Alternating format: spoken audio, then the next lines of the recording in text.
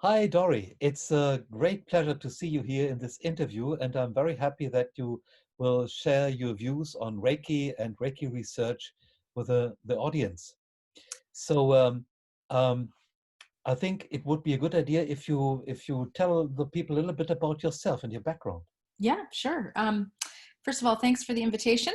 I'm very pleased to be here today. Hope I can provide some interesting conversation around these topics. I'm sure Um, you. yeah, but my background. So, Hmm? as it pertains to Reiki in particular, I first heard about Reiki in 2000. I want to say it was 2008, and Hmm. it was through a friend of mine who was a Reiki master, and um, eventually by 2010 I believe I did some training with her. I did level 1 and 2, and but I had no idea what I did. I was like, well, what is this? I didn't understand it. um but she was a dear friend. I love her, and anything she was willing to teach me and share with me, I was on board. So shortly after having done that training, I had set off to the UK, Hmm. originally from California, so going to the UK was quite different, to conduct my postgraduate studies. And I needed a topic. I was doing my degree in sociocultural anthropology, was my Hmm. master's degree, and then my doctorate was in medical anthropology. So I needed something to study, and I knew I wanted it to be in and around the topic of religion. But I wasn't raised religious. I had very few interactions with religious experiences, so I didn't really know where to begin.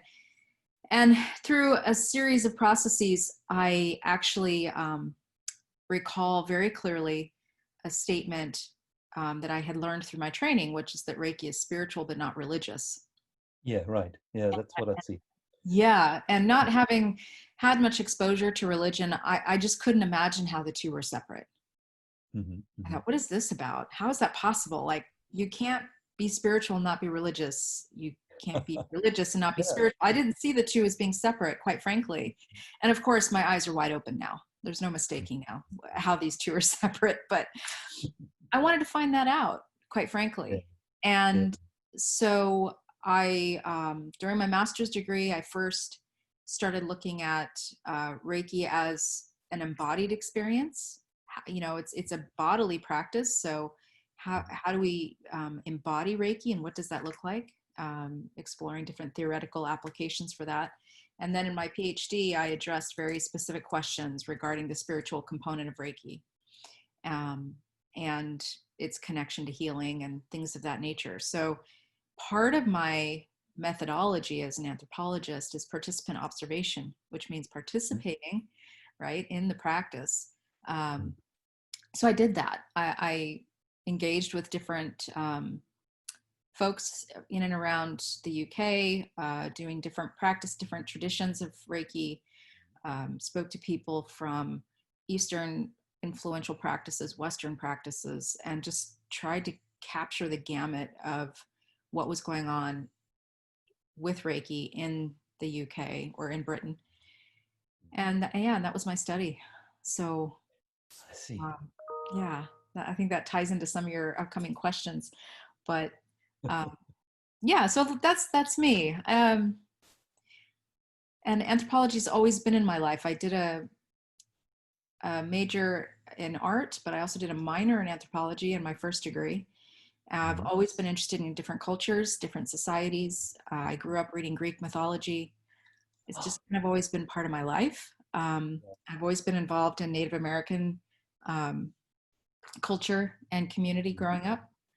So, um, as I've come to realize now, I think I've always been in a spiritual way of living, but didn't Hmm. recognize it as such because it's just the way I lived my life. I didn't see it as something different or have a label for it. So, So, when you were standing in front of Reiki, so to say, when you were beginning your Reiki path, and being spiritual looked very much alike, like being religious.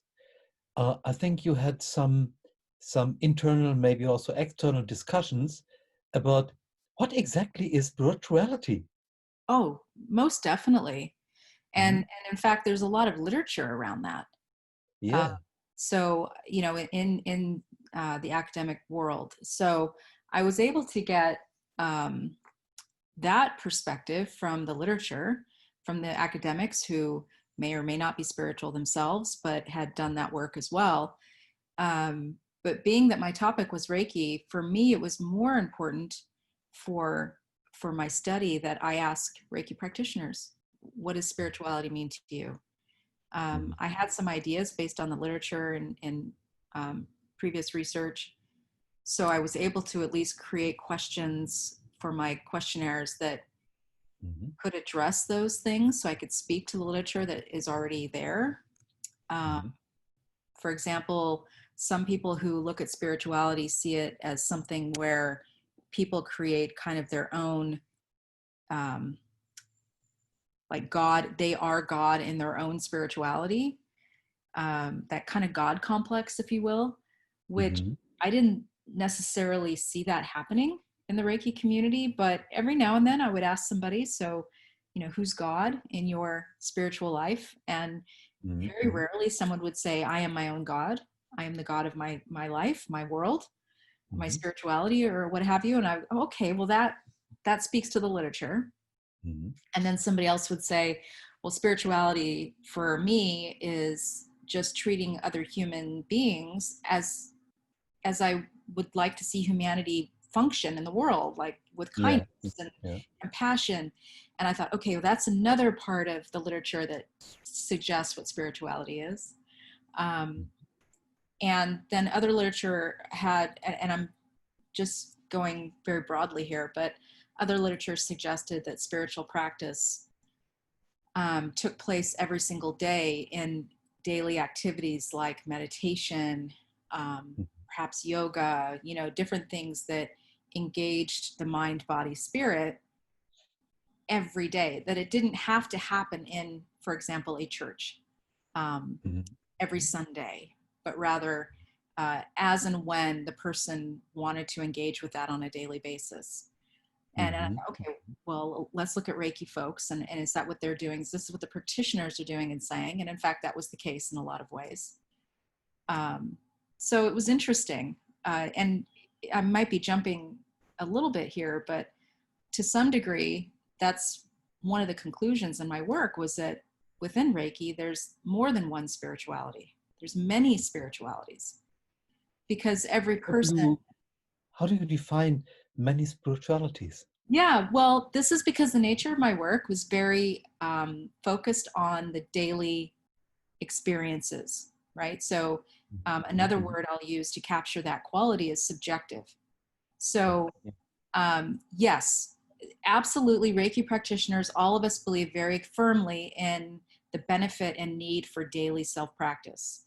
Okay, Mhm. that's the practice. We all do that more or less. We have the principles, and those absolutely help refine our process of our daily practice. But Mhm. when we're not actively in that practice, when we're not actively hands on, Mhm. what we do outside of that in the daily living is, and how we reflect back on ourselves is Mhm. what I would kind of, broadly speaking, what I would suggest is the subjective component of our spiritual daily living. So, um, whether we're interested in making connections with people, Yeah. whether we are interested in healing people, Mhm. um, whether we see Reiki as love Mhm. or see Reiki as an ethic of living. Um, Mhm. so these different ways that the different ways that people would qualify their daily experiences and how Reiki engages in their lives in and Mhm. outside of their own individual self-treatment practice. Mhm. Mhm. That to me is what I qualified as many spiritualities.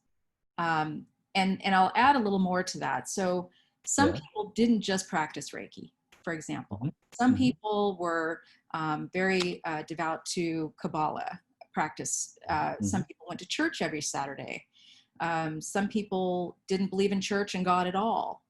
Um, Mhm. so all these different things help shape and inform how they would talk about their spirituality and how they engaged with it on a daily basis. And so in that way, I concluded that there's many spiritualities. There's one practice, Mm-hmm. but the way we navigate that and the way we engage with it is different. Um, Just to understand you right, mhm. um, you're talking about different spiritualities or different paths towards spirituality? Yeah, that's a really good question. And that you could clarify it that way. That would still work. Yes. Okay, Absolutely. great. You said there is subjective approach to spirituality. If you state that, then there must be also an objective approach to spirituality. What would that be? Well, and that's what I was saying earlier about the fact that we all engage in a self-treatment. We have Ah, okay, the principles. These are okay. the what I would personally what I would refer to as the objective works of Reiki and how we get to our spiritual our path to spirituality. Um, some people, depending on the practice, for example, Reiki Genkai Do also has another way of engaging with the principles. Um, Hmm. it's a mindfulness technique that they can use as well. So there's these different, like, distinct practices or traditions within the practice that I would consider the objective component. Hmm. And of course, the And training. the training, okay. And does, in your opinion, exist some, let's say, common ground for what people call spiritual? Yes. Mhm. Spirituality is definitely something that is internal to oneself. Like So, the organs, I'm sorry? like the organs. Yeah, like the organs. Mhm. It's something we do for ourselves as a way of nurturing and cultivating ourselves into what we consider to be who we really are. Okay. Hmm. Another way, and I'm sure you've heard this expression, but spirituality is a way of identifying and finding grounding in our authentic self. That's a, a, Hmm. a phrase that we hear a lot within Reiki circles and spirituality circles. Uh, Hmm. you know, it's spirituality is about being grounded, really. At the Hmm. it seems to me, based on my work, that people practice spirituality in order to explore not just themselves, but how they connect to the world Hmm. outside of themselves. But first and foremost, it's that internal component. So, if I understand right, spirituality for you is also a kind of communication. Yeah, yeah. There's definitely well, yeah, in two ways. There's definitely a language that's Hmm. specific to the spiritual community. Hmm. Um, I find myself what I call code switching a lot, Hmm. Hmm. depending on who I'm talking Yeah. to communicate these ideas. Um, and then there's also the communication of, um, we don't just use language to communicate, but we also use body language. We use, Yeah, sure. other ways of communication. And I think even that is something that's very distinct. Yeah. Yeah, the embodied way that we engage with one another. Do you think it's possible to practice Reiki without spirituality? I mean, yes, you can put your hands on yourself, you can Hmm. say the principles, Hmm. but I think what connects that objective practice or part of the practice to the subjective is doing it with intention to Hmm. actually want to um, connect with something, Hmm. not just with ourselves, but with something um, that has meaning for us in our lives. I mean, that's the Hmm. part of spirituality is finding meaning in life. Yeah. Yeah. And some people find that meaning through Reiki practice. Some people find that meaning through a devout photography practice. They love photography. It's where they find meaning in life. Everybody finds meaning somewhere. Uh, Yeah. And that's another, if you will, definition of spirituality that we could talk about. And for folks who are involved in Reiki, Mm-hmm. just doing the self-treatment, just saying the principles in and of itself does not lead to spirituality, but finding meaning in those things. Mm-hmm. That's based on my work, and what I've come to find is that's where it connects to the spiritual component. Keeping this in mind, do you think that there are some things you could recommend Reiki masters to do to walk the master path, which in your opinion are essential? Oh, that's a big question, Oh, Walter. yeah. um, I don't know. I think what my answer, the answer I want to give, I think perhaps could apply to anybody, regardless of a Reiki master or level 2 or Okuden, Shoden, whatever levels you want to talk about there. I think so one of the things that I've really found absolutely fundamental Mm-hmm. is interpreting or understanding the principles as a way of walking through your daily life in a Mm-hmm. way that, um, and this is kind of a loaded statement, but what I think embodies Reiki practice, or what it means to Mm-hmm. be a Reiki practitioner or a Reiki master. And that is, you know, do not worry, do not anger. They're very important principles, but it Mm-hmm. doesn't mean we can't worry or that we can't be angry. The important part is to understand where it's coming from Mm-hmm. and to do that work. That's the other principle, right? Do the work of understanding what's at the root of those issues and addressing them and dealing with them. Mm-hmm. Um, and then I think too, what's been fundamental for me as I've developed in my own practice is the notion of gratitude. Mm-hmm. Mm-hmm. You can accomplish 10 times more with gratitude than you can with hostility. Oh, yeah, of course. I Mm. mean, even if you demonstrate gratitude, and even if you don't get what you want in the situation, people will remember you Mm-hmm. because you always demonstrated gratitude first. And they'll always remember you in a good way. Not that that's important, ultimately, but it means people can rely on you to behave in a certain way and to Mm-hmm. have a certain calmness. One thing a story one of my Reiki master friends that I worked with in my research told me was that people had started to come to her professionally and personally because she was always the calm in the storm. Okay. Wow. And I thought that was really interesting. And she definitely related that to the fact that she was so prolific with her Reiki practice. And she was a Reiki Mm-hmm. master and she'd been doing it for 20 plus years.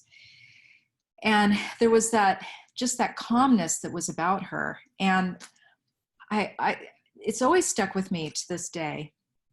And the other thing she said too, and this feeds back to our conversation we had just a minute ago about religion, is she used to say that for her, she thinks that Reiki was a path and a doorway for people to find religion if they didn't have it. And I thought that was interesting. Okay. Um, So there is a way to do Reiki as a religion. well, no, not as religion, but to find religion. So for Okay. her, it might mean reconnecting with her Christian Ah. belief Mm-hmm. prior Mm-hmm. to Reiki. For other people, and I heard this from others as well in various ways, for other people, it meant they were able to walk into church and have some feeling of gratitude for what was happening there, even if they left the church years ago with Mm-hmm. animosity. They found that peace with Mm-hmm. things Mm-hmm. that didn't suit them prior or that didn't sit well with them before. They could find peace in it. Um, but yeah, I got lost now. What was your question? So do you think that it's a good goal to make peace with a religion via using Reiki?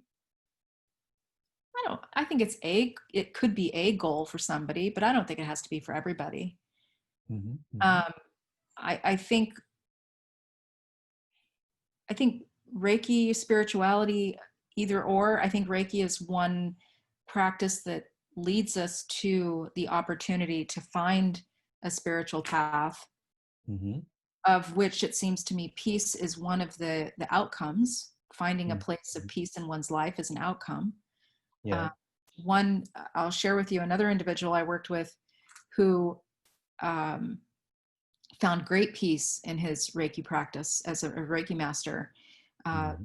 his life had turned upside down because of some things that had happened prior to when I met him.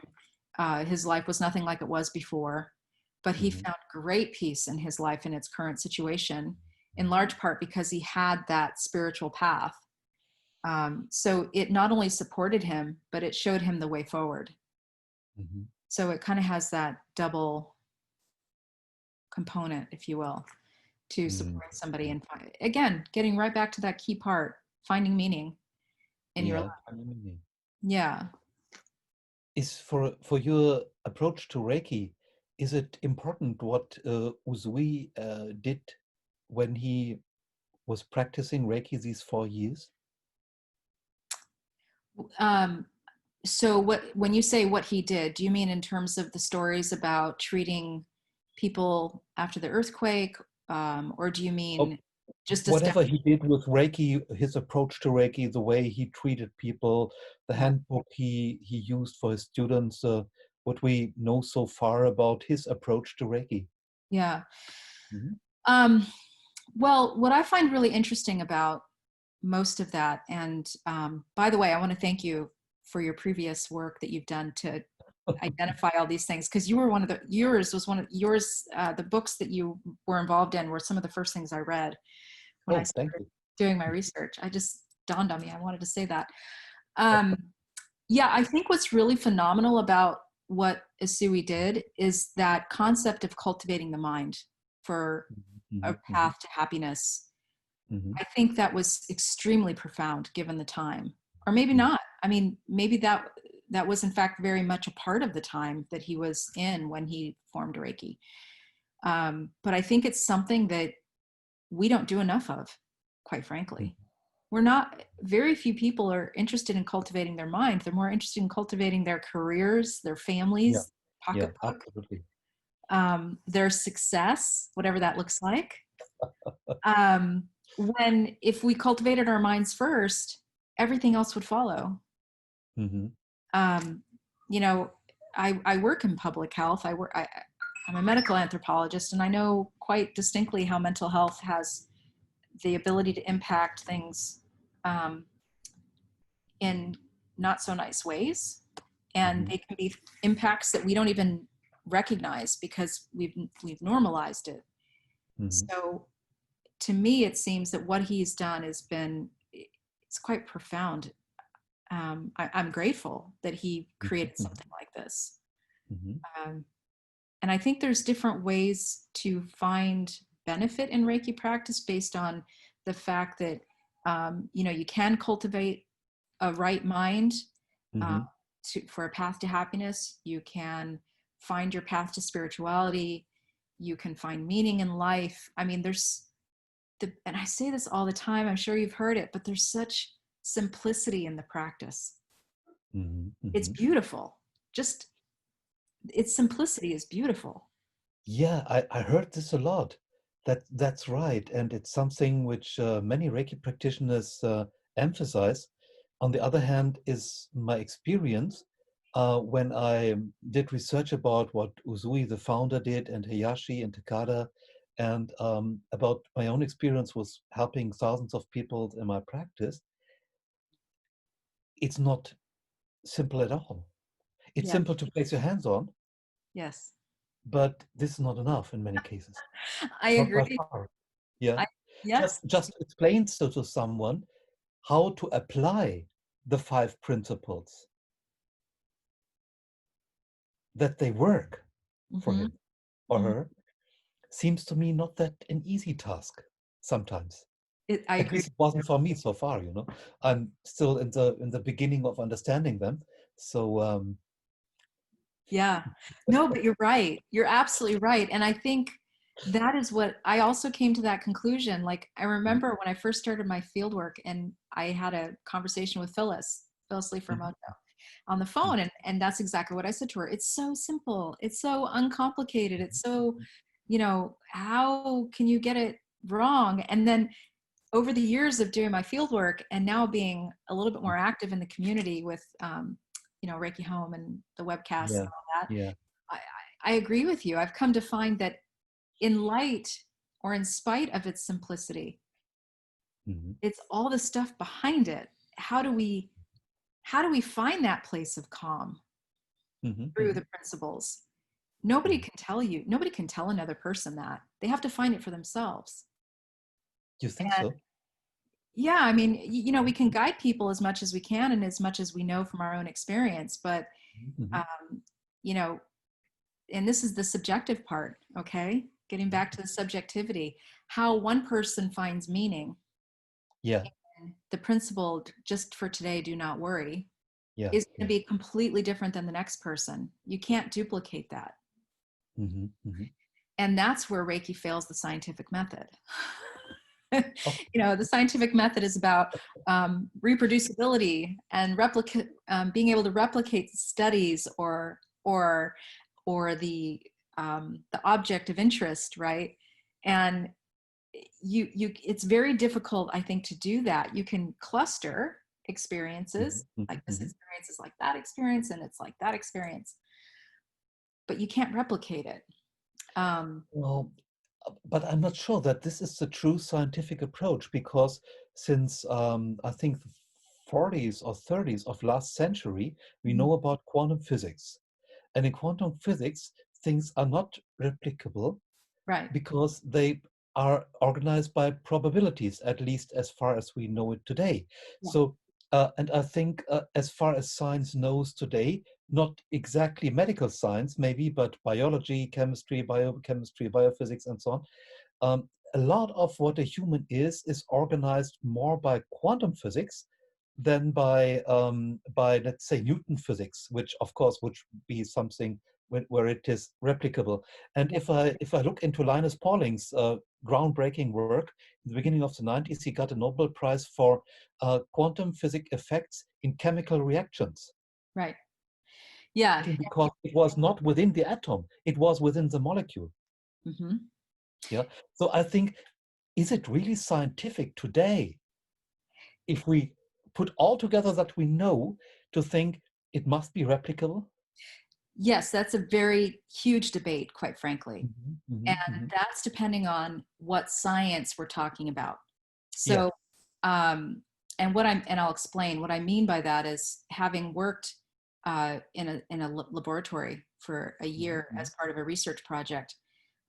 What I come to find is that the scientific method can be construed differently depending on what kind of science you're talking about.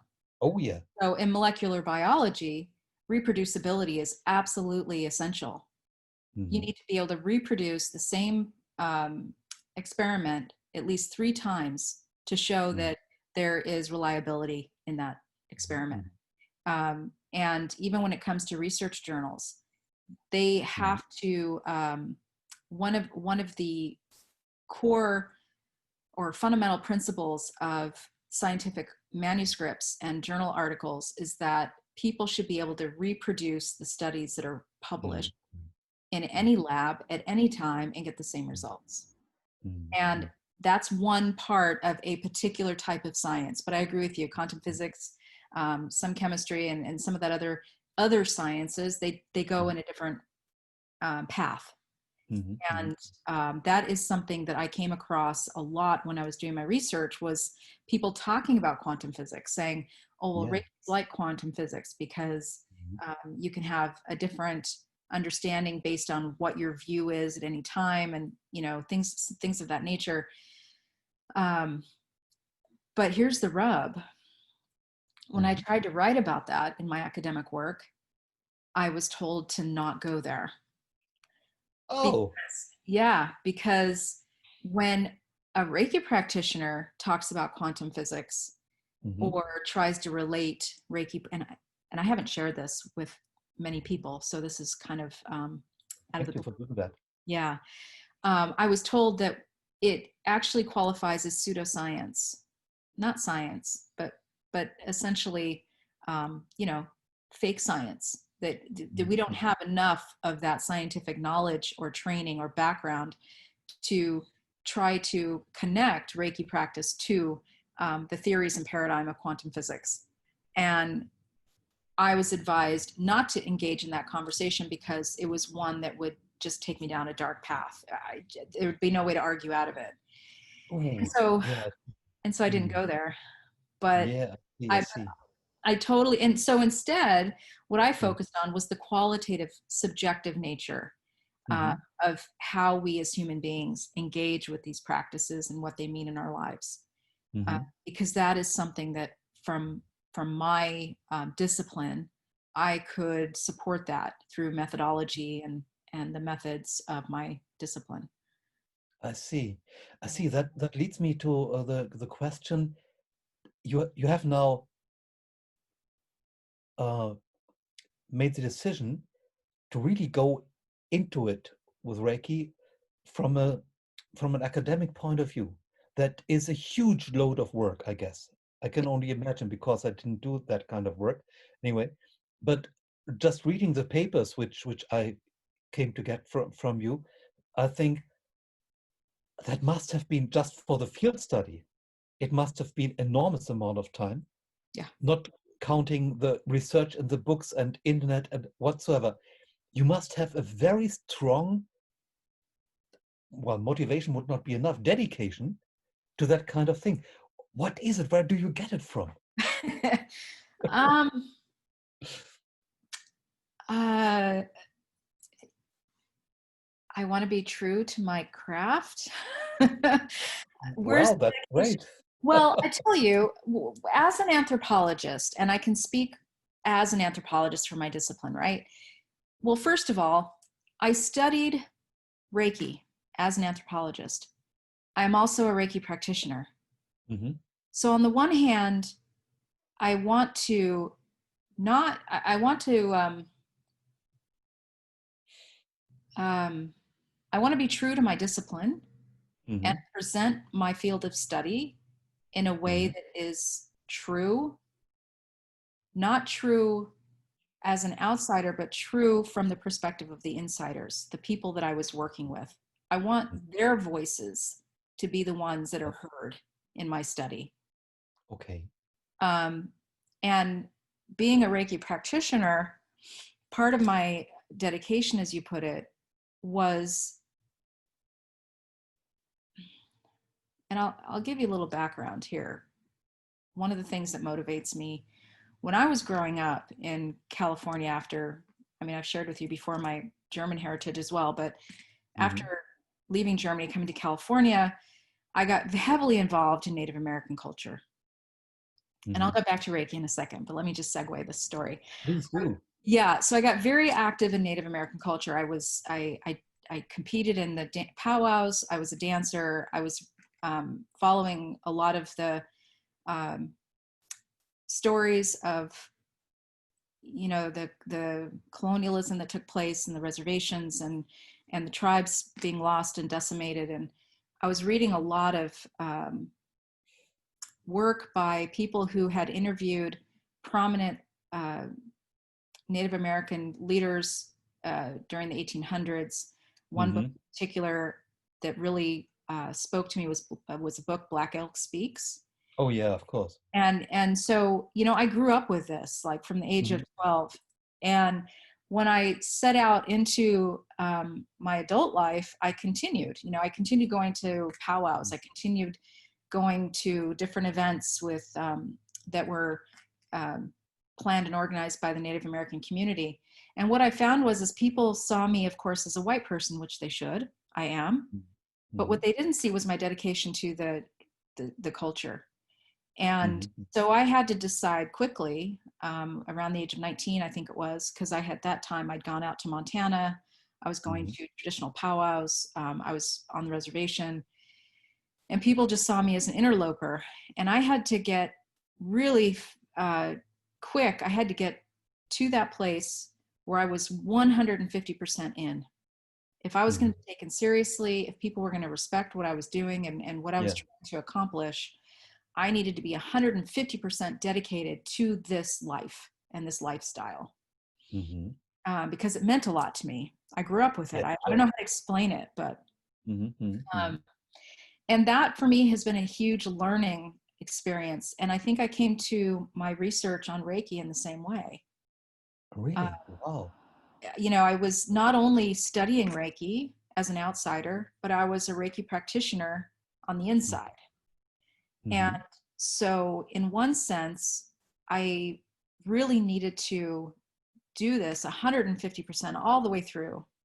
If not only did I want my community to take me seriously, but I wanted my discipline to take me seriously. I see. Mm-hmm. Yeah. So I think that's where that comes from. Yeah. Yeah. It's very personal and very, very adorable uh, motivation, I think. Yeah, Yeah. because it's so true. It's so much you. Yeah. Well, You know? and adding to that, I also read a lot of literature. Oh my gosh, this one Native American philosopher, I can't remember his name now. I don't know how his name escapes me right now, but I read a lot of his work as well. One of the reasons I didn't go into researching Native American culture is because I knew of the animosity towards anthropology, because there was so much anthropology on Native American culture during the 1900s that, Yeah. for the most part, I'm generalizing here, so forgive me, but for the most part, Native Americans were like, no, you're an anthropologist. You want to study our group? Heck no, get out of here. We don't want you here. We'll study ourselves. We don't need you. I And see. I Yes. respect that. Yes, sure. Having said that, this one philosopher, Native American philosopher, he used to say all the time, listen, if you're going to take knowledge away from our community, and if Mm-hmm. you're going to build a career on that knowledge, then you need to give back. Mm-hmm. You can't just take our knowledge and benefit from it and never do anything for us who you took it from. And I took that to heart, and I thought, okay, I studied the Reiki community. I've taken this knowledge. I've written a book. I've written articles. How do I give back? And Mm-hmm. um, one thing I did while I was still in the UK is I was volunteering at a Mm-hmm. mental health day clinic. I was providing Reiki to Mm-hmm. some of the folks there, trying to give back. But additionally to that, that wasn't to the community directly, but that's also what led me to participating in Reiki Home. Ah, okay. Yeah, Yeah. Reiki Home is a very interesting institution. Yeah. I mean, it could have been, quite frankly, it could potentially have been anything, Mm-hmm. but through the different networks and the people that I am involved with, that connection became what knocked on my door. And so that's kind of where I got involved. And I've been, hopefully, I've been trying, and hopefully it's working. I've been giving what knowledge I gained from my research, and I'm trying to create, trying to help in that way Mm-hmm. Mm-hmm. by continuing to support Reiki Home and its development. So, Mm-hmm. and maybe in the future it'll be something else. It I don't know that it'll end just with Reiki Home. It could be anything else. Who knows? We'll see. Mm-hmm. Still a lot of years ahead of me. That's if I understood it right, your anthropological approach is that people define spirituality, they define Reiki, instead of spirituality is like Reiki, something you can put your hands on, and there are different views to it, but it's one thing which never changes. Well, in terms of defining, Mm-hmm. um, yes, academics are constantly defining things. Oh yeah, sure, they must. Yeah, so definitely. So there's all kinds of academic definitions of Reiki and spirituality, and all of them are distinctly different. Um, and likewise, people define things for themselves. I think we do that because we're human. As humans, we do that. We do that anyway. Um, so in terms of Reiki being, sorry, I'm not sure if I totally understand your question. I'm trying to walk myself through it.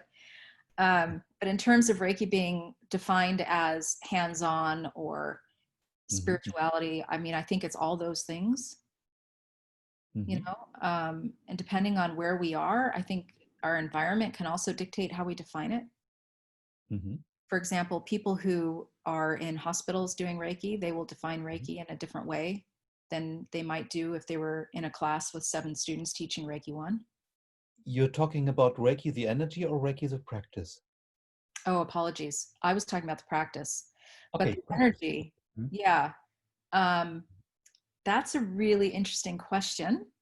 When I was doing my research, you might, if you read my article on surrender, that was inspired by the fact that people spoke about Reiki as an energy. Uh, Mm-hmm. and usually, when outsiders who know nothing about Reiki hear us say Reiki, they think we're talking about the practice, when in fact, half the time we're probably talking about the energy. You know, so and I thought it was important to make that clear to other academics who might follow my lead or might do Mm-hmm. research after me on Reiki, to say, hey, you know what, there's different kinds of Reiki here, Mm-hmm. and don't put them all in one basket. So Yeah. um, but yeah, so Reiki energy is interesting. Definitely when I was doing my field work, Reiki as the energy was defined as um, a myriad of things, really, you know, universal energy, some Is God this a energy. definition? I'm sorry. Is this a definition? um So at the moment, I wouldn't understand what universal energy would mean. I don't know if it's a definition as much as it's an interpretation. Even um then, it would be a little bit difficult to grasp, you know. yeah, If no, someone would tell me that yeah, that's universal energy, I would ask myself, what exactly is universal energy? yeah, I agree with you, and that is the code switching, right? Mhm. So Yeah, when yeah, you're in yeah. a Reiki community and you hear universal energy, universal life energy, everybody goes, oh, okay. And then you're out in another part of the world and you say that and people are like, what? so so yeah, universal life energy, I mean, as a practitioner, and as I've come to understand it as a practitioner, I would say the definition of that is an energetic presence that is in the universe, that's in the world, that is in ourselves. And a lot of people suggest that that can be measured through different instruments where, you know, you see the aura around people's bodies. um, Okay, so you would understand Reiki energy as the same like prana, like organ, like life energy, like ki. right, that's how most people in my study Mhm. talked about Reiki. So you would not consider to look into how Qigong or how Chinese medicine defines Reiki. I didn't, because many of the people I studied or worked with in my study did not practice traditional medicine. I see. Okay. So I was very focused, as I said, on supporting the voice of the people that I was working with. Yeah, yeah, yeah. That meant, you're absolutely right, that meant Mhm. understanding what they meant by universal life energy as Mhm. being that energy that flows through our bodies, that is the essence of our spirit or our soul. Mhm. Which you're right is absolutely equitable in definition to other concepts like prana and mana, and I actually talk about that in my book. Mhm. Mhm. Mhm. Reiki energy could be analogized to those types of things in other cultures. um, There yeah. is taxonomy of different life energies in Japan, Hmm. uh, which was published first, I think, by Uh-huh. Mikio Kushi, who was a very famous guy in macrobiotics, and I have also written a little bit about this in the book The Spirit of Reiki.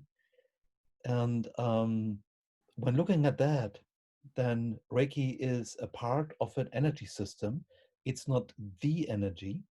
Right. And same goes if you look into just well, practical things going on, like the life energy in the meridians depends in their flow very much from your posture. But Reiki does not. You can posture yourself like whatever you like, Reiki flows. Yeah. So from Yeah, my and perspective, there are differences in that. right, and that's interesting because I know you've talked to Yoyan already, Mm-hmm. Yoyan Yonker, and he and I just finished a joint publication where we actually talk about. Oh, wow. And that's what I wanted to get to in this conversation, is to say Oh, that, please. yeah, is to say that over, since my work in Yeah. 2014, 2013, Mm-hmm. the whole conversation about what Reiki energy is, and since my publication Surrender, Mm-hmm. you know, which again, that data was very much about how people in my research group talked about Reiki energy. But I've since then explored other interpretations of that, and that includes a lot of the Japanese philosophers and Mm-hmm. people speaking about different types of energy, different Mm-hmm. types, even different types of initiations, quite frankly.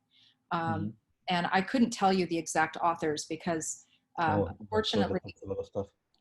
yeah. And also that's Yo-Yon's specialty. He's really good at remembering those guys. I'm not so good. I just remember the content that's important for our critiquing and analyzing. But yeah, we get into that in our upcoming book that's going to the publisher this month. Thank God it's gone Wow, this month. Could finally. we already get the title? Yeah, you can. Let me just get the exact language so I don't lead you astray. Um, where is it here? It's changed a few times, so I apologize if I sound like I don't know what I'm saying. Um, but we have moved it around a bit. Just a minute. It is, let me find it on, here we go. This will get me there. It's already on the publisher's website. It's coming up. Oh, who's the publisher? I will take down a note. Yeah, it's Lit Verlag. Litverlag. Yeah, it's a German publisher. Mm-hmm. Just a second. I need to find. Okay, I'm getting there. Sorry, I don't mean to keep you waiting. Da-da-da. I can't open the document because Yo-Yon's working on it right now. Or maybe you just send me the title and I will put it under your interview so people come to know that, because I think people should know that. It's a must read in my understanding. I will be the first to get it as soon as I know the title, you know? Yeah, I know. Right. Absolutely. Okay. When you did so much research in the Reiki community in England and around, were there any points where people agreed in a way or another regarding their experience with the Reiki as a method and Reiki as the energy? Yeah, I mean, definitely. I think a lot of people, and I will get back to the title. Don't um, don't worry. I'll get you to the title. I'm going to open up an old version of the document so I can read it to you exactly as we have it now. As far as Reiki as a method versus Reiki as an energy, a lot of people appreciated that I made that distinction.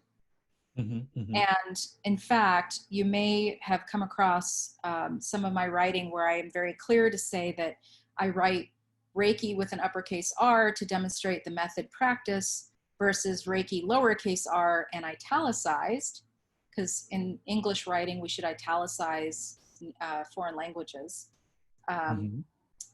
to demonstrate the energy, or, you know, Reiki as how we define that component of the practice. Mm-hmm. And yeah, a lot of people have appreciated that distinction. And to be honest with you, I really did that not so much for the Reiki community, but for the academic community. Well, yeah, they should know in detail. Yeah. And I don't know that I think it's the nomenclature of speaking about those two things in that way, I think has made more of an impact in the Reiki community and the academic scholars who are also practitioners than it has Mm-hmm. done in the academic community. Because, you know, people who aren't Reiki practitioners, for example, Mm-hmm. because I really think that that there still is not a lot of research taking place on Reiki, you know, That's right. Yeah. and so I think until more research is done and where those people actually read my work, you know, it might be a while before that takes off.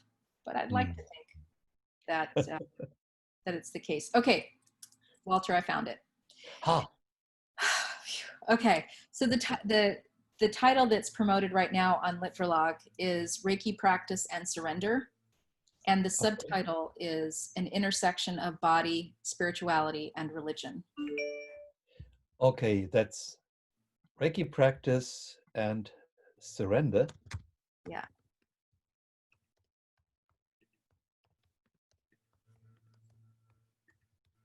I could put it in the chat box if that's helpful. Litverlag. Great. Wow. Thank you so much, Dori. I Welcome. think people will be very, very enthusiastic knowing about that, because there are so few books which you can get your hands on, which help you to understand Reiki from the scientific point of view. Right. Well, it is a qualitative study, so we certainly don't get into trials or experiments or anything like that, Mhm. but we do talk about some of that work in Yeah. in kind of exploring how research on Reiki has shifted from does Reiki work question mark to Mhm. how does Reiki work question mark. Yeah. And we see that shift taking place in a lot of the quantitative work and experiential work on Reiki practice, where Mm. before it was, does it work? And now it is, well, okay, we have some notion of the fact that it might work, but so it's interesting, getting back to the scientific method, Mhm. there's, I wrote about this in my book, that Reiki practice is one type of paradigm of Mhm. how to view the body, how to view um, how the body heals, how the body engages. It's more of what I talk about as a more of a traditional medicine rather than conventional medicine, where conventional Mhm. medicine is a different type of paradigm. And each Mhm. paradigm approaches its practice in a completely different way. Oh yeah, So sure. how do the two talk to one another? Mhm. If yeah, so what is it about what's happening in Reiki practice that's making things do what they do? And some would argue, well, it's touch, and we all know that touch has an influential effect. Exactly. I think there is a new science being built around that since the 80s, I guess, psychoneuroimmunology, Yeah. which gives you a lot of interesting insights. But on the other hand, even if you don't touch people, if you just hover with your hands in the air above the body, you will have these kind of effects. Well, and that's where and this, getting back to your question about Usui and his development of the practice, this whole Yeah. idea of cultivating the mind, Mhm. Mhm. um, I think in to some extent, a lot of what we're doing is about the mind, even if we don't touch. We're Mhm. Mhm. showing we're showing compassion for somebody. We're showing somebody we Yeah. care about them. We're Yeah. giving them time to Mhm. to be present in the moment. And Mhm. I think those things, and this is me speaking as a practitioner, certainly I didn't speak to this in my research, but Mhm. um, I did actually hear from one Reiki client during my research who said, I asked him, I said, why do you go to a Reiki practitioner? What do Mhm. you get from that you don't get from Mhm. other conventional medicine or practitioners? And he said, I get attention. I get an hour with somebody whose sole purpose is to focus on me and my needs. And he Mhm. said that is the true patient experience that we no longer Mhm. get in conventional medicine. But do you think that is unique to Reiki? No, I don't. I don't. But I think, again, if we talk about the interacting or interconnected components of Reiki and outcomes, if we talk about Reiki practitioners, and I won't say this is all of them, okay, but for Mhm. those that achieve that place of calm in their lives, that place of peace and that grounding, Mhm. I think people recognize that. That gives them that space to just breathe and to just relax. And I don't know if other therapies have that component in their practice, you know? Uh, Well, I think about osteopathy, craniosacral massage, and Feldenkrais or shiatsu, certain kinds of that, or just psychotherapy when you do relaxation exercises, you know. mhm, yeah. But I think So, too, when somebody else is in the room, that you mhm, know, you have people react off one another. yeah, of course, There's sure. that what I call that intersubjective component. Hmm. And Hmm. I think when you're in the room with somebody who's, you know, grounded, Hmm. calm, I think that puts you in that space as a client, um, Hmm. where you Hmm. feel you're getting that attention maybe that you don't get elsewhere. And Hmm. you know, what do we do when we're in that space? We come into our own bodies and we start Hmm. to recognize where we're tense and we relax and we do all Hmm. those things that we don't normally do when Hmm. we're in other spaces and other people's environment. Um, I so, see. so yeah, you could likely get it from another practitioner in a different practice. So, so in a way, Reiki, seen from that point of view, is like getting conscious about yourself and getting in contact with someone without having the necessity to do the regular talking and um, Mhm. nice these things. You just can be yourself, right? Yeah, and let loose. I mean, I don't know about you, but I've Hmm. given Reiki to some folks, provided a treatment where they just get so relaxed that they finally feel all that tension in their bodies and they cry. Yeah, yeah, They just yeah, have a total meltdown.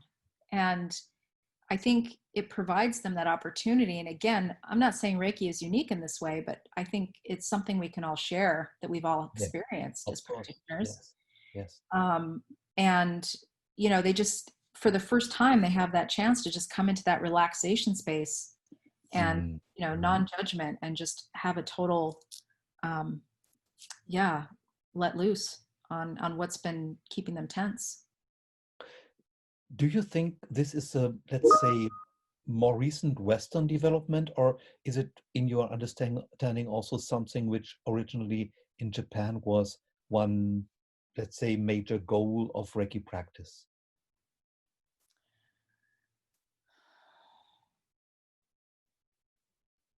So if I understand you, you're interested in knowing if I think this was the major goal of Reiki practice from the beginning was to, No, no, no, no, no. right. Uh, whether, uh, whether, in your understanding, this has come up when Reiki came into the Western world, this approach, Oh, or mm. that it already existed, not as the only thing, of course, in Usui's or Hayashi's times.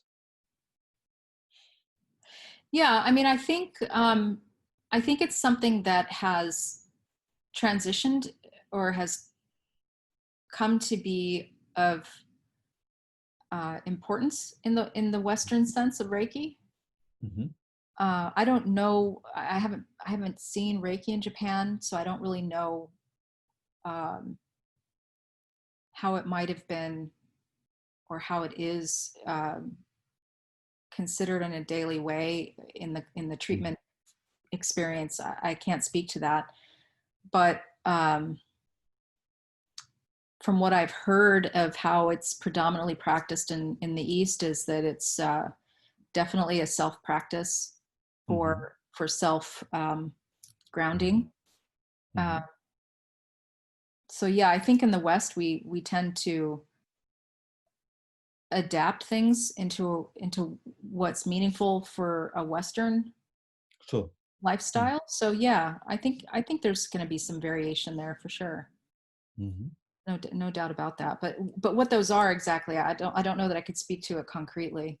I mean, one of Hmm. the things I've learned is that, for example, the idea of having a daily spiritual practice, like being Hmm. Hmm. spiritual in your daily life, Yeah, is yeah, something yeah. that's not, it's not a Western idea or ideal.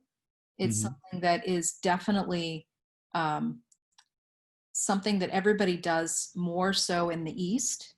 And Hmm. I mean all of the East. I mean India. I mean, you know, Yeah, yeah. all the East.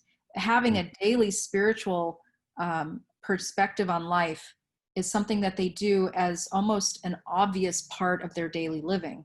So Mm-hmm. obvious that they don't feel the need to talk about it. Yes, that Right? can be sometimes disturbing a little bit.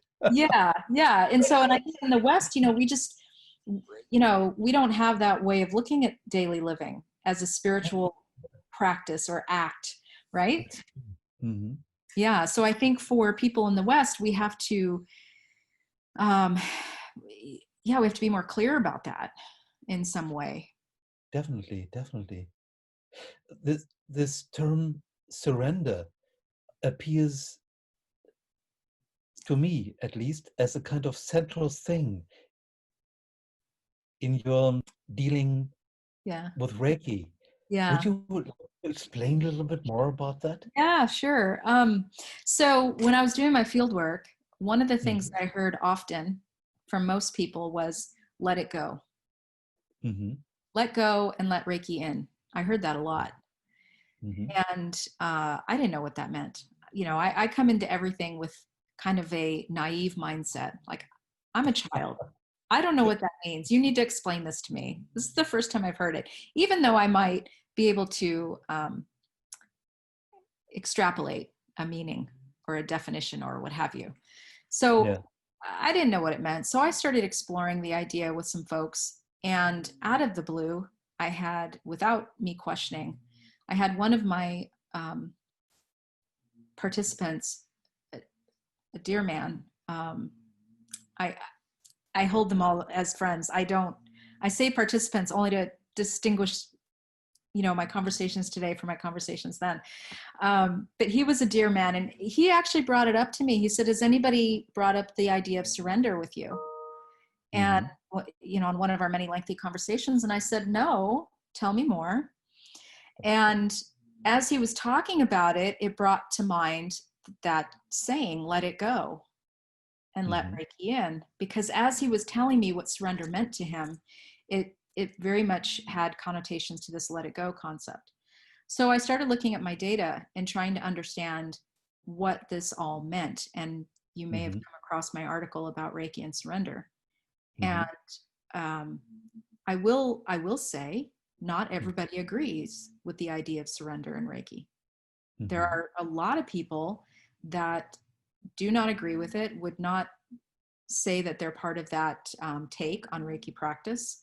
Mm-hmm. And this gets again back to the idea of many spiritualities, where some Mm-hmm. people see their spirituality as a process of surrender, other people see it as a process of empowerment. Mm-hmm. Mm-hmm. And while these two things may be, in fact, one and the same, for other Mm-hmm. people, they're quite distinct. Well, if we look at the Kabbalistic tree of life, you have three branches coming down, and on the right branch you have the magician who says, "I want to deal with things. I want to give them shape. I organize them." On the left hand, you have the high priestess who says, "I surrender to the will of God." So it looks to me like a part of that concept that is more the high priestess when it comes to many people who do Reiki. Yeah, no, that's right. Mm-hmm. But again, there are other people who Mm-hmm. find Reiki is a way of gaining some sort of control over their daily living.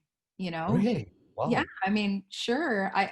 I would argue that who they are and what they think about it. I can't be entirely clear about it, but Mhm. some people feel that. Um, so again, let me get back to the notion of surrender. When I was critiquing this idea in my Mhm. work, I had to ask the next question, well, what are we surrendering to? And this Mhm. led me to the notion, oh, well, of course we're surrendering to Reiki. Let go, let Reiki in. We're surrendering to Reiki energy, or the concept of what Reiki energy is, or whatever the case, however people want to define that. So then I had to say, okay, what are we gaining? What's the outcome of surrender? And Mhm. that brought into this conversation of agency, which at the end of the day, means having the will to take control and be in control. Mhm. Um, and so,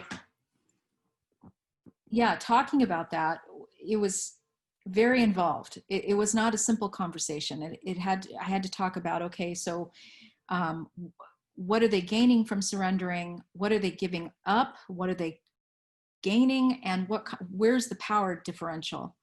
You know, if you talk about control and you talk about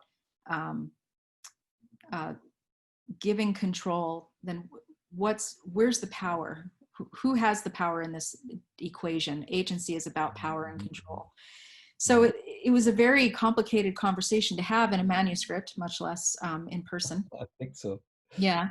But a lot of people equated the notion of surrender to the idea of throwing the white flag in war. I give up. I give everything. I give over everything to you, the victor. And those are the folks who see surrender in that way that don't agree with that concept or the notion of surrender in Reiki practice. And that's perfectly fine. You know, I certainly don't make claims that my work is generalizable to everybody. But even if I can talk about it in a way that at least people see the validity of it, but maybe don't agree with it, then that's fine. You know, that's the nature of qualitative work. Absolutely. Yeah, not everybody has to agree.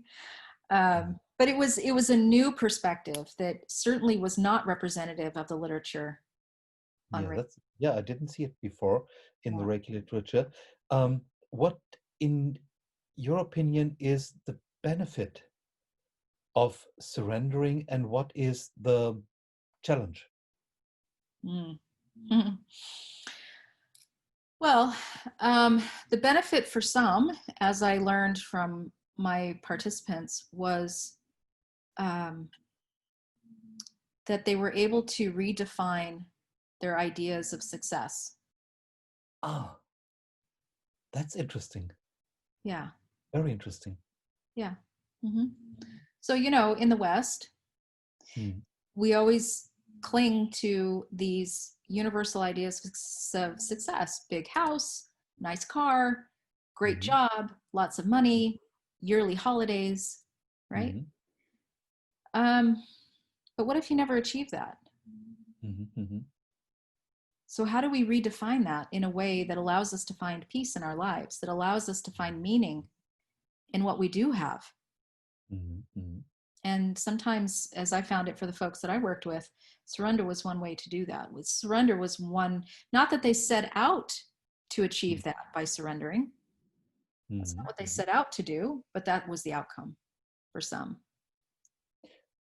That reminds me a lot to the idea of bowing to the Tao in Chinese Taoism, you know? Okay.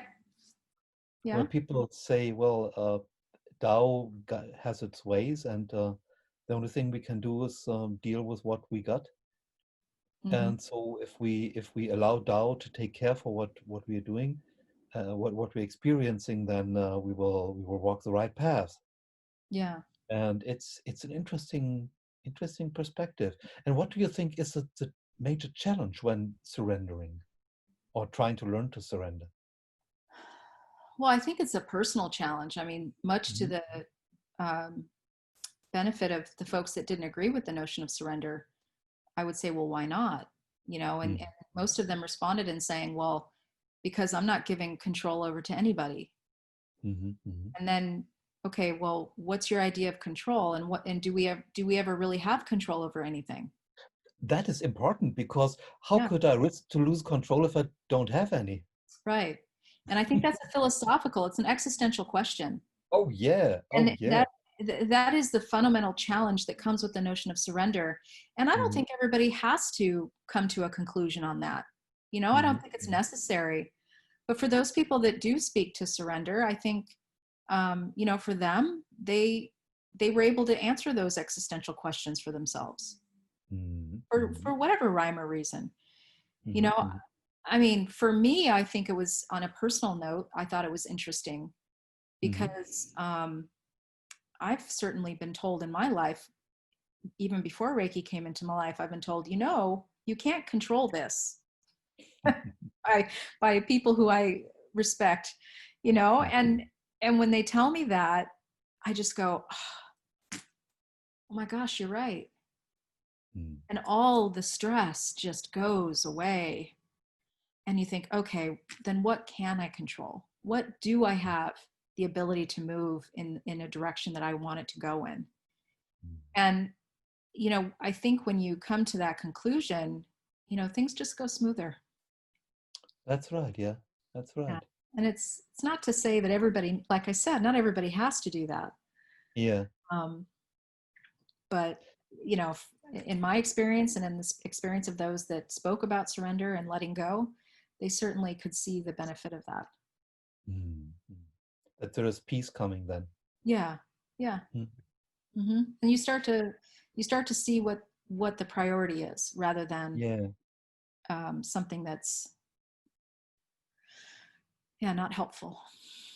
Getting from having to being in a way. Yes, that's right. I've heard once from a Jewish woman. She was a survivor of the Nazi concentration camps. Mm. That she, after a lengthy period of time where she tried to get rid of all these bad effects of what has happened there, she understood she has only one power, only one thing to control. That is, she decides whom to forgive. Powerful. That was something when I heard that. Yes, Still makes me think. yes, Hmm. very powerful. And for somebody like that, Mhm. surrender may not be her thing. Maybe not. But um, because she still holds on to this idea of having control on something. It He said depends. he was released when forgiving. Hmm. Yeah, That was her ultimate healing. yeah, that's amazing. Absolutely. Dori, when you talk about surrendering, I think there is a power in that Hmm. if you surrender. Because if you surrender to something divine, you are, well, aligning to divine. Is Hmm. it the understanding you have? Yeah, for some people, yes, there was that idea, and that's where I talk about Reiki energy as an external authority. And I don't Okay. mean it in the sense that Reiki has authority over our lives. I don't mean it in that sense at all. But this was a manuscript that was written for a religious contemporary religion journal. And so to some extent, I had to use language that religious scholars could understand. So again, that code switching, right? Oh Um, yeah. yeah. Mm. So what are we surrendering to? What are Mm-hmm. we letting go of? What are we letting in? We're letting in Reiki. And if we're letting in Reiki, then what is it? It's not internal. And this Mm. was really interesting for me in terms of people's notion of spirituality as being something that was internal versus external. Mm-hmm. Okay. So a lot of people talked about, oh, I am the God of my own spirituality. It's internal to me, it's all here. Mm-hmm. Mm-hmm. Where other people saw their spirituality as being something that was also had an external component. They were connecting with other people, they were connecting with God, they were connecting with, their spirituality was a connection, Yeah. um, or connecting to love even. uh, One Mm-hmm. gentleman I interviewed, he was just phenomenal, dear to my heart. I loved that interview. And for him, it was all about love and connecting in a meaningful, loving way with whomever, whatever, and Mm-hmm. in the moment. And that is healing, he said. And so I think, what are we surrendering to? For me, it was very clear. It's Reiki energy. And Mm-hmm. in the context of that, it has a particular type of influence over our lives, whether we consider it to be an energy, whether we consider it to be a God figure or component, object. um, it really makes no difference, because at the end of the day, it's something that we have a idea of, that we Mm-hmm. are letting in. Mm-hmm. And by letting in, we are making decisions based on what it's telling us, right? So a lot of Mm-hmm. people would say, Reiki is telling me what to do, Mm-hmm. or Reiki Mm-hmm. is guiding me, or something. So it has an agency. And that's where the authority notion came in. Well, if it has an agency to speak to us and that we can hear it, then it has to Mhm. have some sort of power in and of itself to Mhm. to leverage. And in that way, I had to speak about Reiki energy in context of the notions of mana and prana, because there have been other studies done on particular practices. For example, the Ifa practice in Cuba of divination, where the deities actually um, have a certain agency to manifest themselves to the diviner. And Mhm. in that way, I talked, talking about the study that looked at the agency of the deity Mhm. in how it's manifested and the power it has. I was Mhm. able to analogize that with Reiki energy and talk about how through the practice of Reiki, practitioners are able to manifest this energy in a way that Mhm. it speaks to us and we hear it, and we then make decisions and surrender to that, or take the advice, or however you want to talk about it. Mhm. Yeah, so that was my manuscript in a nutshell. Yeah, a fascinating point of view. Thank you for sharing that. Yeah. Dori, would you have some recommendations for someone who says, I want to know about spirituality. You talked so much about spirituality. I would like to read about that. Would you Mm. have, let's say, 3 books as a recommendation for someone who says, I want to know more about that? What is spirituality? Oh yeah. Okay, that's a tough one. I actually I'm did. sorry. No, it's good. I actually knew this was coming. But, part of the trouble for me is that I've read so much academic work on spirituality and less layman work on spirituality. Less, uh, I don't care. Whatever you yeah, think is good. yeah. So I had to do a little soul searching on this. Oh, But today, asking me today, my answer would be probably very different from what it would have been, 10 years ago. Um, so, so I've read other stuff in the past, but I've left it so long now I don't even remember the authors, but they were interesting works. Today I would say, getting back to what I mentioned earlier, Black Elk Speaks. That one is still yeah, very near and dear to yeah. my heart. I pick that up often. Mm, I got that book when I was 16. Oh my mm, gosh, mm. 30 years ago. And I still look at it today. Yeah. Another uh, work that I've come across that I find very interesting is Brene Brown, Hmm? her work on vulnerability. I Oh, think, yeah. Oh, yeah, marvelous. I have not, I cannot put her down. I, Hmm. I, I don't read her books as much as I watch her TED Talks. Yeah, Um, and the TED Talks are brilliant. mhm. Yeah, and I think there's a lot to be said about understanding the notion of vulnerability for in, providing meaning for a spiritual practice. Absolutely. You know, that you mentioned before that you were reading about the Greek mythology. And there is this demigod, Chiron, who was wounded by his good friend Heracles, not on purpose, and had to suffer infinitely, but cannot die because he's a demigod and he cannot get rid of the toxin.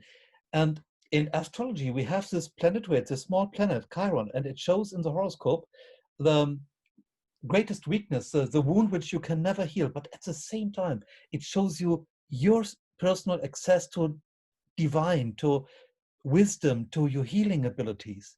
Yeah, And I think, wow, what a trick of the creator, you know, to yeah, put these kind of things together. But if you think about that, when you are very vulnerable, the skin is very light, you know. So maybe it's easier for divine to get access then.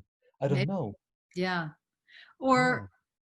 or maybe it's also a moment for, speaking on the horizontal plane for a minute, Mhm, it's mhm. also the moment where we find divine in each other, Yeah, you know, absolutely. where Yeah, the person recognizes that vulnerability and says, okay, I'm going to treat you gingerly and tenderly right now. I'm going to, yeah, yeah, respect yeah, that yeah, vulnerability and not attack you in this moment. yeah. That's opening the heart, isn't it? Right. That's exactly what it is.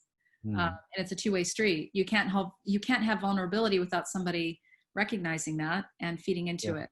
Right. yeah, yeah. Um, so yeah, Brene Brown, I think, is amazing. Another book I read recently, and this may sound really out of left field, but it's a book called The Hidden Life of Trees. Oh, yeah, It's a scientific study written about trees, yeah. but it's written for a popular readership. Mm-hmm. And for me, what was instrumental in this book is how the trees nurture one another through the roots. Mm-hmm. And to me, that spoke volumes about what spiritual practice is about. Mm-hmm. Mm-hmm. By being in a spiritual community, by practicing spirituality, we are nurturing one another and we're networking ourselves through a series of roots. Yeah, And yeah, using it as an analogy for that, I think it's a phenomenal read. I yeah. don't know that it's good for somebody who's just day one, working on Mm-hmm. Mm-hmm. understanding spirituality, but maybe, at some point into the future of their transformative work, I think reading that would be really interesting. Yeah, I think so. Plants are so great teachers, isn't it? Yeah, yeah. Mm-hmm. Well, and one thing I have learned by working with the folks at Reiki Home, Mm-hmm. which, yeah, there's an interesting component to this, but we work in a regenerative model. Mm-hmm. And so I think the hidden life of trees is one way of understanding what working in that way means. Mm-hmm. And that means that, there's a network of people on an equal level, and we all work together collaboratively to create the web of Yeah, um, yeah. yeah, of a community. And Mm-hmm. so I find that to be really instrumental in that. And it puts words to the way I've always worked because of my, um, you know, having grown up in that Native American tradition Mm-hmm. or culture, if you will, influence. I won't claim the culture, but having been influenced by it, nonetheless, Mm-hmm. it all builds and speaks to one another. So it's been really interesting. Yeah, and isn't Reiki home a kind of crystallization point for this process? Yeah, I think so, isn't very it? much so. Yeah, it's interesting. I don't know. For me, anyway, on a personal note, I came into doing this research not knowing just how much it would pull all parts of my life together. And Wow. now when I look back, I think, God, this is so wild. Just how, I've always been interested in religion, but never been a part of it. I've always been interested in medicine, but I've never been a medical person, Mhm, and mhm. I grew up with Greek mythology, and I grew up with all these, and then, Native American influence, just all these things, and all of it just comes together under the heading of spirituality. And never in a million years would I have thought that that would be the case. If you'd asked me 10 years ago, I'd have thought you were nuts. So Well, as soon as you are nuts, you get the real thing, maybe. maybe so. Yeah. So yeah, So it's been an interesting journey. it feels like a quest, like a searching for the grail, walking the path, which Yeah. you do. Yeah. Mm, Well, and that's something else that, throughout my life, I've always been very strong about the idea. If you really wanted to learn something, mhm. then you need to teach it. Yeah, yeah.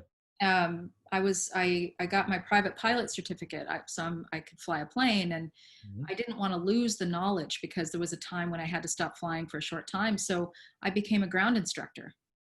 So Oh, wow. in order to really stay absolutely on top of that knowledge and never lose it, despite my ability to get in a plane and fly or not, I thought, I'll teach it. And by teaching it, I actually learned so much more about Oh, yes. Oh, what I yes. was already certified to do, and so that's kind of interesting. So Mhm. yeah, teaching and doing at the same time, I think, are for me very important. Absolutely. I think when people get into Reiki mastership, it's a must to teach. To which extent, of course, is individually different, Hmm. but they would they would not get into something very, very valuable if they don't teach. Right. Yeah. Yeah, I Mhm. agree. And it's interesting when I was doing my research and talking to all these really wonderful people. one person said to me, well, why would you want to be a Reiki master unless you intend to teach? You know, Mm-hmm. that's the whole point. Yeah. And because at the time I was still, you know, level 2, and I said, well, that's a really good question. I don't know. You know, I'm not ready to teach. I don't know. I'm not ready to answer that question. Mm. But certainly I've superseded that now. So I guess so. that was a while ago. Yeah.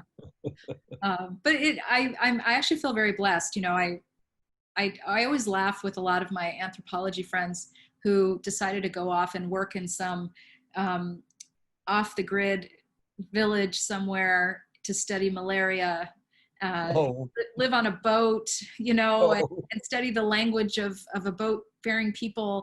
And I Mm. always say, oh, wow, I went to a Reiki practitioner's house for the weekend and drank wine and had nice meals and talked about Reiki.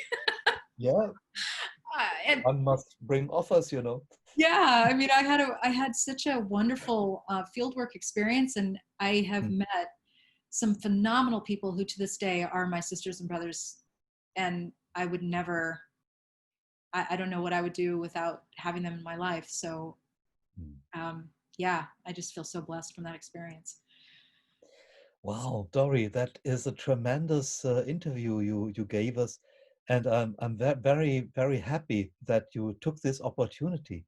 Yeah, well, thank you, thank you. And yeah, Yeah, well, it's really a pleasure for me to have you here, and I would love to have the both of you, Jan and you, together for another interview, if the both of you like, when your book is out, that you talk about more about this book and and your thoughts about that yeah, and so on. absolutely.